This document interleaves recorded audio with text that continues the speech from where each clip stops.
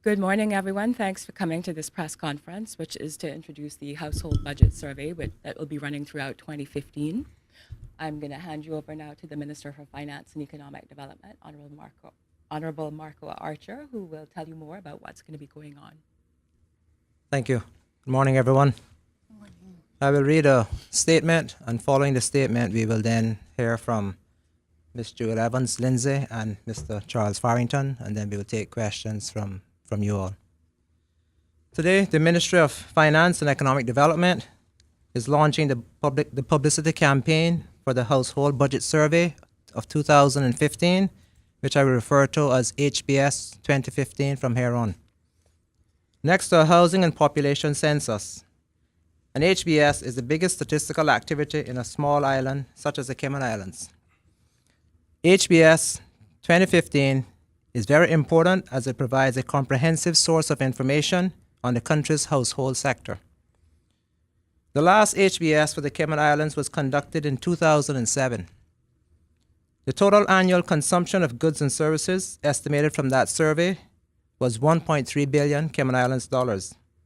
The overall per capita consumption was CI $23,774.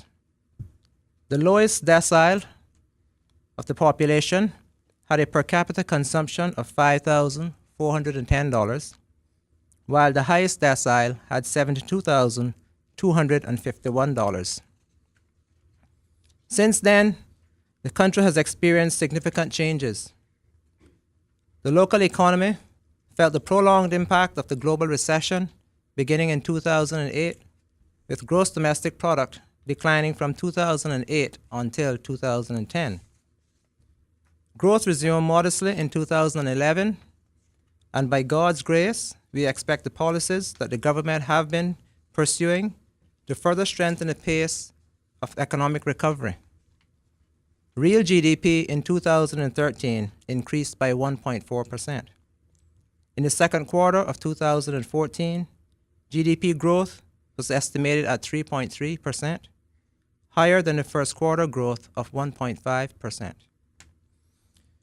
As we continue to monitor GDP growth and the other macroeconomic indicators, it is equally important to look deeper into the economic conditions of households through the HBS.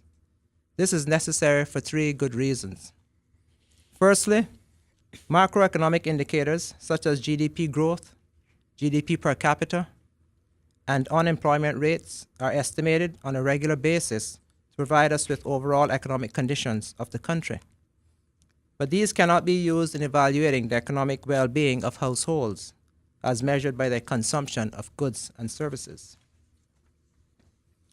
The HBS will allow us to address key questions such as, has the market power or the value of total consumption of households in the Cayman Islands declined or increased as compared to 2007? Which segment of the population experienced significant changes? How much is the cost of living for the average household? The households in the lowest 10%, those in the highest 10%, and the segments in between. The information derived from the HBS has the potential of impacting households in Cayman whose well-being is attached to the specific dollar values. Two examples can be cited. The first example is the direct assistance for families currently served by the Needs Assessment Unit, which uses a single income level of CI $3,000 to screen qualified recipients. The second example is the granting of permission by the Immigration Department for work permit holders to bring their dependents to the islands. This is subject to a minimum income level corresponding to a benchmark cost of living estimate. The HBS results can be used in revisiting these benchmarks, as well as to facilitate the introduction of more robust ones to address the intended policy objectives. Secondly, the HBS provides the basic data for calculating the expenditure multiplier, or total economic impact from government spending or private investment within the economy. A $1 increase in new spending in the local economy becomes household income through employment, and when that income is spent, generates income for another household, and so on and so forth. The final increase in income of the entire economy depends on the household sector's marginal propensity to consume in the domestic economy. The higher that propensity, the higher the multiplier effect of government spending or private investment. Now, the HBS provides the data to calculate the marginal propensity to consume. The use of multipliers enriches the evaluation of fiscal policies or projects such as the construction of a new waste processing site or a new hotel project. Government can then be guided in prioritizing projects or programs that require budgetary funding or concessions. Thirdly, we need the HBS to update the Consumer Price Index, or the CPI as it is commonly called, the baskets of goods and services that relate to the CPI.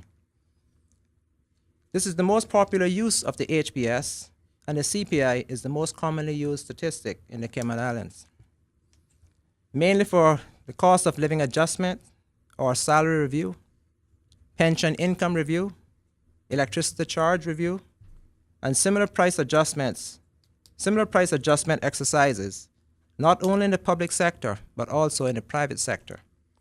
A few court cases that deal with the monetary compensation or allowances also make use of the CPI. I am pleased that Mrs. Jewel Evans Lindsay, the Managing Director of the Public Sector Pension Board, and Mr. Charles Farrington, the Managing Director of the Electricity Regulatory Authority, are here with us today to make brief presentations on how their respective agencies make use of the CPI in deciding what they should be doing and how they should do that. In view of the pervasive use of the CPI, some countries have a continuous HBS, while the best practice is to conduct this every 5 years. Against this backdrop, HBS 2015 is at least 3 years overdue. However, it is a significant improvement when compared to the 15-year time lag between the 2007 HBS and the 1992 HBS. In conclusion, I wish to thank you for your participation in this press briefing. The role of the media in raising public awareness of the benefits of the HBS cannot be overemphasized. It would be extremely helpful to have this on your news bulletins and in your news broadcasts for the next 13 months, and for the media to be supportive of this very important survey.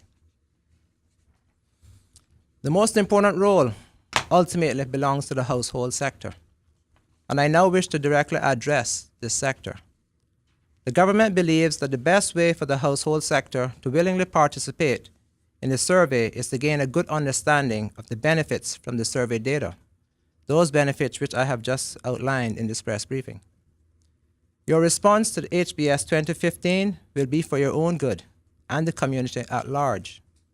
Your participation and the accuracy of your data will have personal and direct implications for your welfare and those of your neighbors. In other words, your participation in HBS 2015 will have a socio-economic impact of your fellow Caymanian residents in the next 5 years and even beyond. The expenditure that you will report will have implications for your electricity bill, your parents' pension income, or even your own salary. Participation in HBS 2015 is not just another statistical exercise. More importantly, it is your contribution as a responsible member of the society and as law-abiding residents of the Cayman Islands. I therefore thank you in advance of your willing and diligent support and cooperation. And I also wish to assure you that the information collected in the HBS will be kept strictly confidential and will never be used for tax purposes, as the government has no intention of introducing new taxes to the islands, nor to any business entity. I thank you, and in the spirit of the Christmas season, I wish you all a Merry Christmas and a prosperous New Year. I will now ask Ms. Jewel Evans Lindsay from the Public Service Pension Board to guide us as to how it is that the Public Service Pension Board makes use of the statistics that will come from the HBS survey. Okay, Minister Archer, thanks for having me. The Public Service Pension Board is always eager to support government departments such as the SO. whenever possible, especially when they are undertaking important projects like the household budget survey. The outcome of this survey will help to dictate a very important feature of public service pensions that many civil servants are unaware of until they are actually in receipt of their pension at retirement. The Consumer Price Index, or the CPI, is used by the PSPB to protect pensions already in payment from being eroded by inflation over time. This plan provision is enshrined in legislation, and the PSPB, with the assistance of ESO, is able to augment pensions being paid to retirees on an annual basis in accordance with the Public Service Pensions Law. This protection was formally enshrined and introduced by way of law in 1999 to ensure that what our pensioners are able to purchase today with their pension benefit, they are able to purchase those same goods 20 years later after prices have climbed. This year, 2014, the pension augmentation that was credited to the monthly benefit of our pensioners in receipt of a monthly pension prior to the 31st of December 2013 was the full amount of the increase in the CPI at 2.2%. Our pensioners who retired this year, 2014, will be credited with next year's augmentation on the next day, the first day, that is, of next year, 2015, as stipulated in the law. Finally, I would like to encourage everyone, not just the public sector retirees and public sector employees, to complete the household budget survey, not only to assist in ensuring that pension benefits are protected from inflation, but also to help ensure that the cost of living in the Cayman Islands can be accurately calculated and used to inform debate on various key social matters, including our pensions. Thank you again. Mr. Farrington? Thank you, Honorable Minister. First, let me say it's my pleasure to be here on behalf of the Electricity Regulatory Authority to support the efforts of the ESO with regard to the CPI and Household Budget Survey. The ERA has a vested interest in this work being as accurate as possible, and so too do all electricity consumers on Grand Cayman. And I'd like to speak to that assertion. The transmission and distribution license put in place in 2008 to regulate the supply of electricity to Grand Cayman by Caribbean Utilities Company, CUC, established a regime for controlling CUC's rates charged to consumers for electricity. Instead of mandating a rate of return for CUC to ensure its continued financial well-being and to enable it to meet the electricity supply needs of consumers on Grand Cayman, the license established a formula which would determine if and by how much CUC's base rates would be adjusted each year as of the 1st of June. This formula utilizes a specific version of the Cayman Consumer Price Index, or CPI. So the CPI calculated each year by the ESO is absolutely critical to determining how much we pay for electricity. Whilst I would not want to overstate the impact that the CPI has on electricity rates, every dollar counts. Each year, the ERA and CUC calculate and agree the increase in price of this specific index. This index is comprised of 60% of the Cayman Islands CPI and 40% of the US CPI, both excluding the change in prices of food and energy items. The only way in which the ESO can correctly calculate the CPI is if they know how households spend their money, so that the ESO can give the correct weightings to each sector of expense. If the CPI is not accurate because the sector weightings are not accurate, then the cost of electricity could be too high or too low. I know most people would say that would be good, but probably CUC would object. It is therefore critical to electricity consumers that the ESO gets consumers' cooperation in conducting its household budget survey in 2015. It might not make a huge difference, but every dollar counts. The other way in which the ERA uses the CPI is to assess the current value of future costs. For example, right now the ERA is considering a proposal for the installation of 5 megawatts of solar photovoltaic generation to be added to the CUC grid. The ERA needs to assess how these costs will impact the cost of electricity overall and ultimately what consumers will pay for energy in the future. One way in which the ERA might look at this is to assess in current dollar terms the costs of energy which will be generated at future costs over, say, a period of 20 years. To do this, the ERA would discount the future prices at the long-term inflation rate. To get this rate, the ERA would look at the long-term historical trend of the Cayman CPI. If this historical trend is not correct, the ERA could reach the wrong conclusion about how the solar energy is likely to affect electricity prices over the next 20 years. It is therefore critical to the ERA and electricity consumers that the data collected by the ESO is as accurate as possible. And to this end, the ERA hopes that electricity consumers on Grand Cayman will do what is in their own best interests, and that would be to diligently participate in the household budget survey. Thank you. Thank you, Mr. Farrington. Thank you, Ms. Evans-Lindsay. At this time, I believe that we will be viewing a video from this GIS.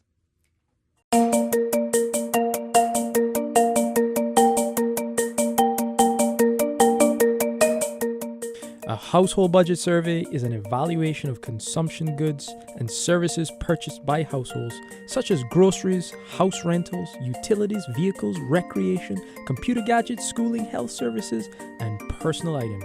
The household budget survey also includes data on socioeconomic characteristics of the household. Why does Cayman need a household budget survey? The data collected in a household budget survey is used to determine the items and the dollar value of these items that are included in a consumer price index basket for the Cayman Islands. The last household budget survey in Cayman was conducted in 2007. The CPI is a vital component used in measuring changes in the cost of living that impact everyone in the Cayman Islands. It has many practical uses, such as for reviewing pensions, electricity rates, wages, and salaries. Since these uses impact the daily life of all residents in Cayman, it is very important that every dollar spent on household expenditures is counted. The Household Budget Survey of 2015 seeks to update the CPI basket in the Cayman Islands in view of the many items that have appeared in the market since 2007, including organic food, iPads, smartphones, and e-readers.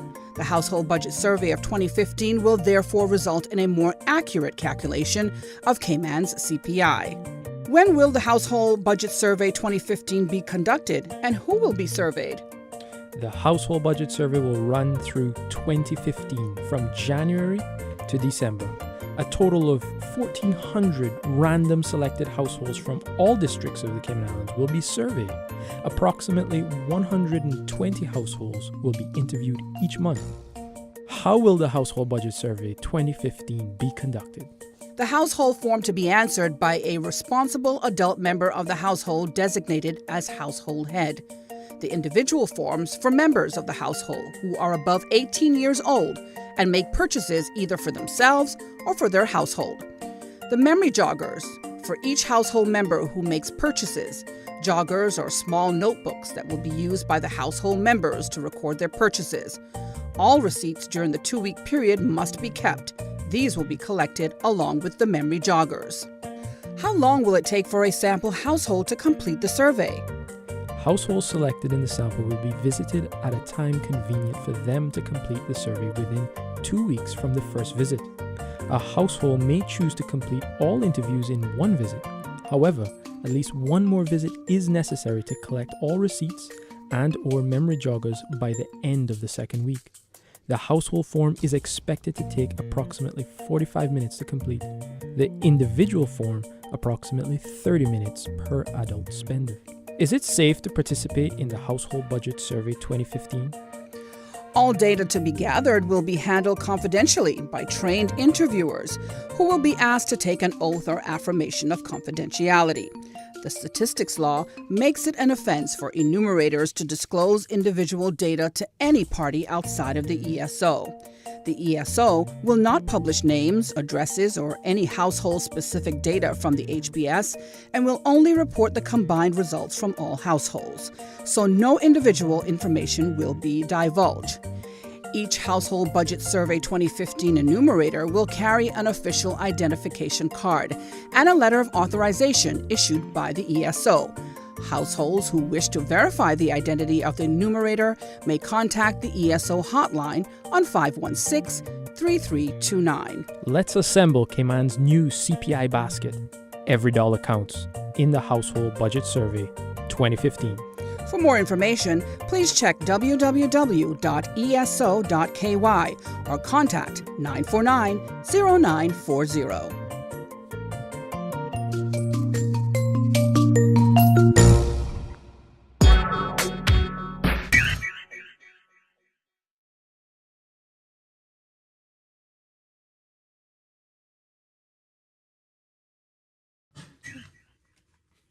First, let me say that's a very well put together video. And I would like to congratulate ESO and GIS for doing that. It should answer many questions and put the public at ease with what the HBS is intended to do. But I have here with me this morning Ms. Maria Zingapan, the Director of the Economics and Statistics Office, and Ms. Andreline Royal, the HBS Coordinator. And at this time, we are willing to take your questions.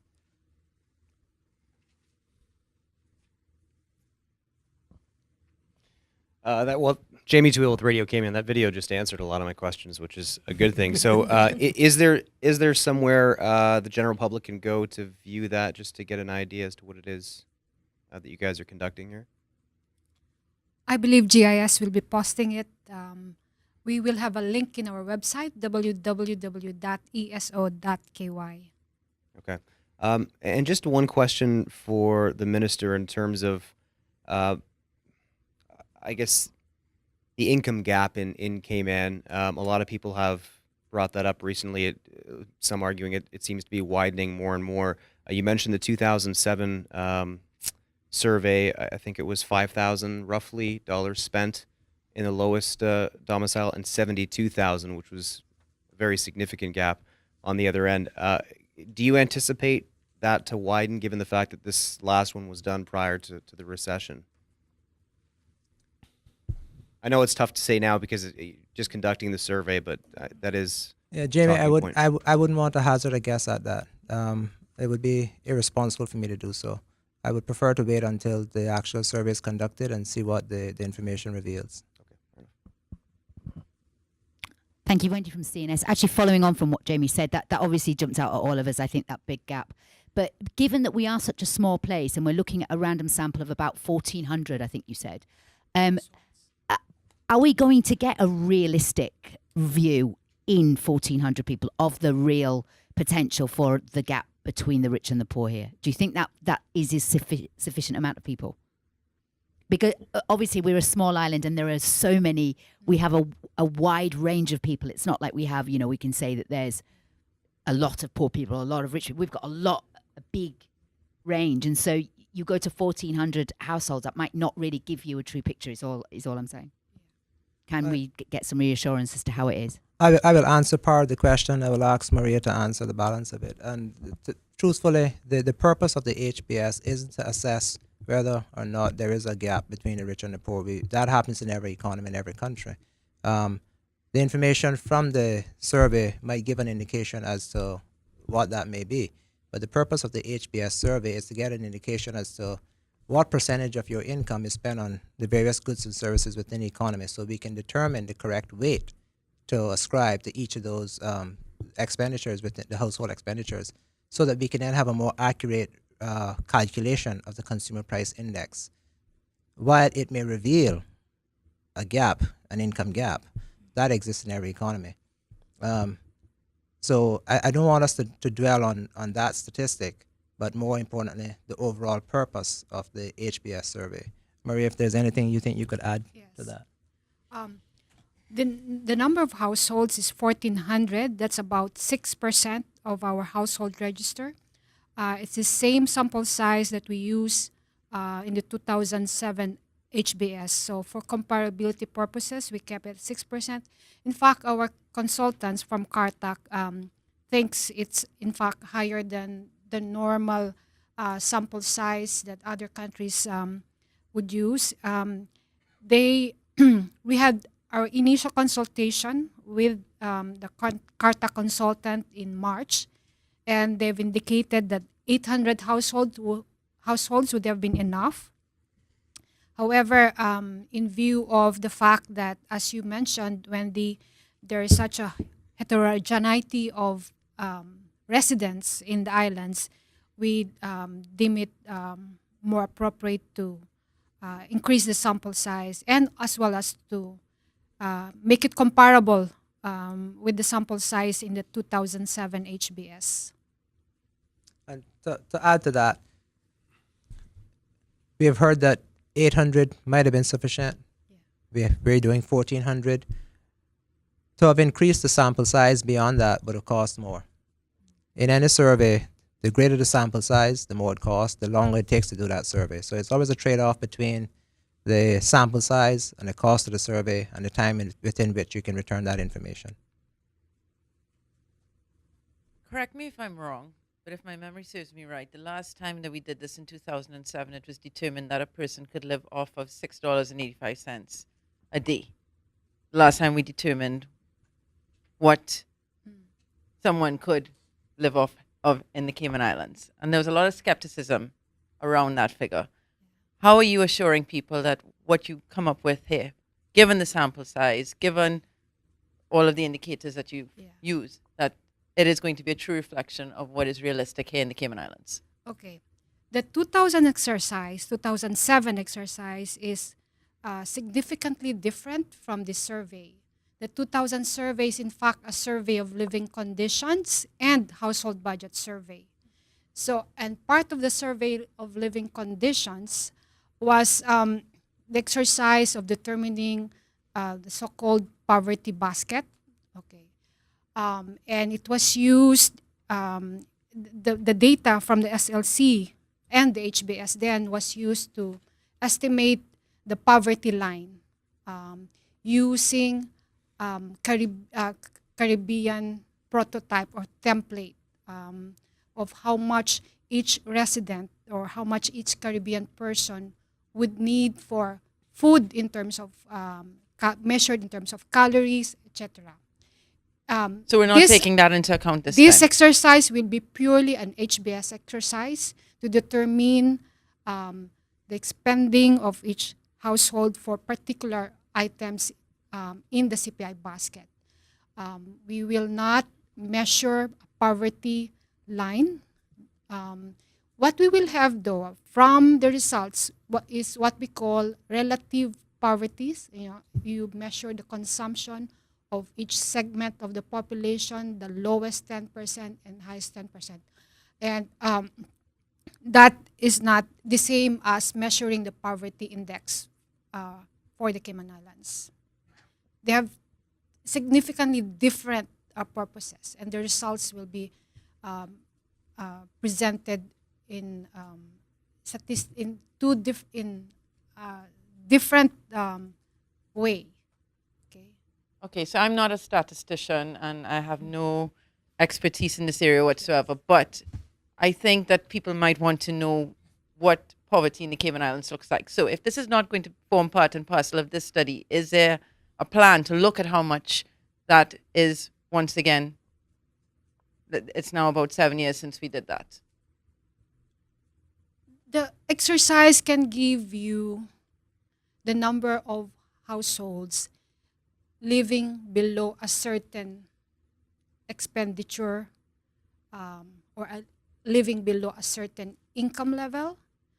But to whether that is, in other words, we can measure it to you. Whether you will interpret that as the poverty line is is an it's it that's an assumption that you can make. What we're trying to tell you is this: we can measure the spending or the income of the lowest 10% of population.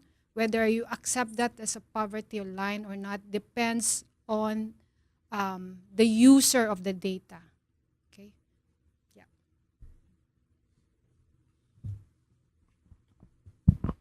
Hi, Roy McDonough, CNS News. Just want to present a question. How's the what is the criteria used to select the 1,400 households for this survey? The sole criteria is that it's the 1,400 samples will have to be taken from the ESO household register. So the household register are addresses of dwellings of residents in the Cayman Islands. So it will be purely selected randomly from our household register. And all surveys are, the respondents are selected randomly from the various registers that the ESO maintains. Ralph Luce, Employment Weekly. During the 12-month time frame given, will the collection of data be done, the analysis of the data and dissemination of the results be done during that 12-month period? No, that's making a super agency out of ESO. Yeah.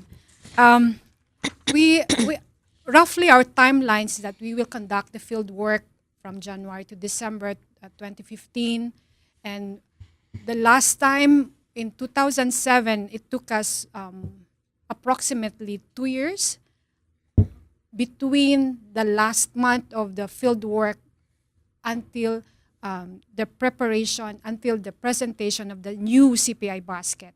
However, this time we will be releasing 2 reports. Okay, one would be the expenditure report itself, which we are targeting to release June the 2016. So yes, 6 months after field work. The new CPI basket will have to be, we're expecting to release that a year after the expenditures report. It's a very tedious process, mainly because the ESO will have to code all items, verify them as well, and then conduct what we call an outlet survey. We will have to survey the most popular representatives of each category or classes of expenditure items. Okay, one more question. Will the sister islands be conducting a separate survey, or will they be jumbled into the same one survey? As we know, the cost of living over there may be different to the one in Grand Cayman. Yeah, they are included in the HBS. We did attempt to have a separate basket in 2008. The problem, however, is there's a requirement for us to do a CPI basket. One is the stability of items. We're not supposed to change items, from period to period. The problem is that aside from Brock Power lights, those are most of the items, foods and food and grocery items are unstable. They would appear maybe 2 quarters, disappear in the next quarter, and so it doesn't meet the requirements of a stable CPI basket, and therefore we had to stop the project. However, to the extent that goods in Cayman Brac are purchased as well from Grand Cayman, then the CPI basket the CPI data or information would still be relevant to the sister islands, to the extent that their goods and those goods are purchased here in Grand Cayman. Wendy again from CNS. Can I follow up on that, actually, because it is an interesting question. Obviously, the BRAC is a lot, cost of living is a lot higher, but we even have massive disparities between the prices here for day-to-day goods. Like you can take, say, for example, a loaf of bread and purchase it in one place, and it can be a difference of $2 or $3 to another supermarket. When you said earlier, we will be looking at outlets. Will that be something that you'll do, sort of average out prices? Yes, we can we can consider, right? But again, you see, it takes time to establish the stability of items that are representative of what they consume. And as I mentioned earlier, the problem is that they drop out after 2 quarters. And we don't want to compare apples with oranges. Although there are, well, if the minister, there are new ways of doing that, right? It's like he mentioned, the minister mentioned the continuous HBS, which is a very expensive exercise. Unless we do a continuous HBS, there's probably no way for us to have a separate CPI basket for the sister islands.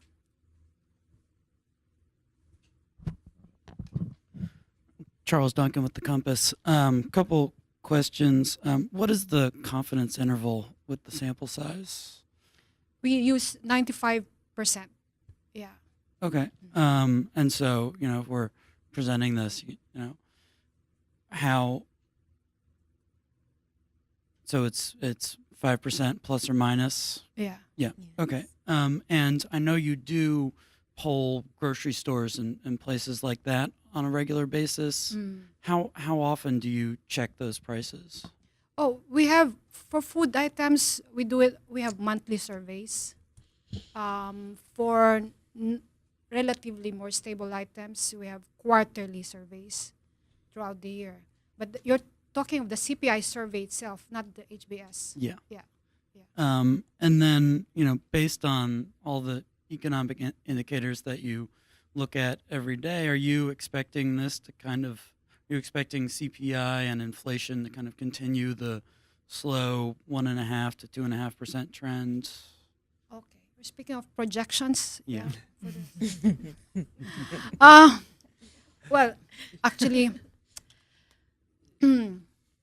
I now have to speak as an economist because statisticians are not supposed to make projections.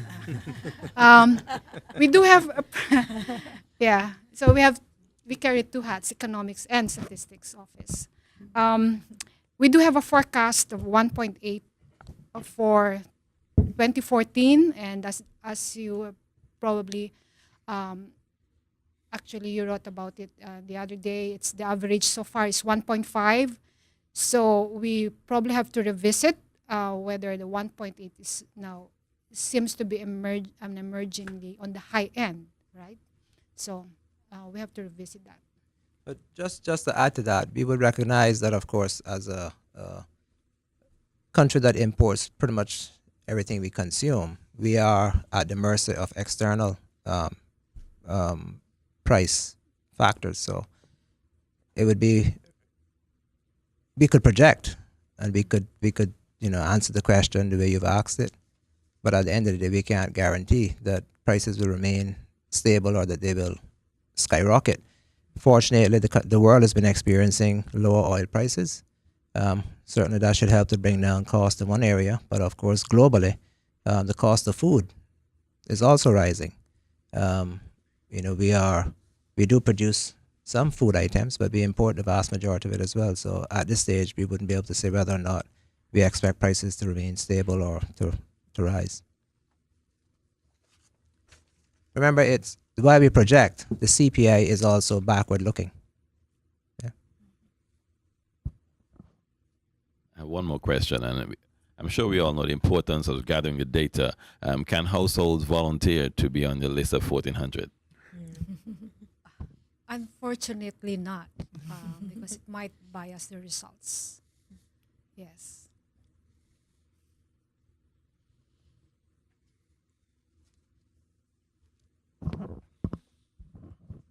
What if someone says no, they don't want to participate? Two things we have to remind them of: the statistics law, the law. You can refuse, but we have to take note, and that there's a legal liability for refusing to participate. And also, The information will be kept confidential.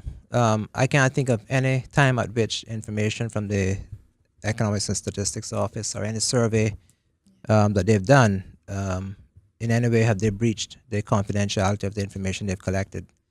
And I've been involved with the Economics and Statistics Office since 1989.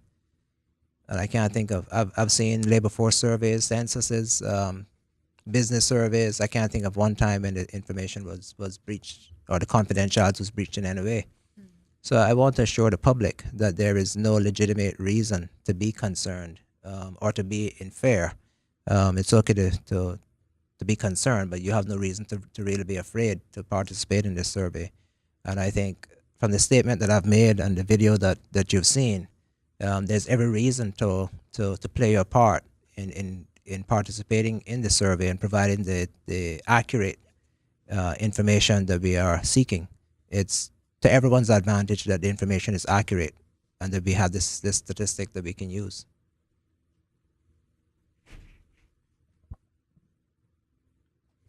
And if there are no further questions, I want to thank you all for taking the time to be here this morning. And once again, we would kindly ask for your support in promoting this survey and encouraging the public to provide the information that we're requesting. And I wish you all a very Merry Christmas and a happy and prosperous New Year. Thank you.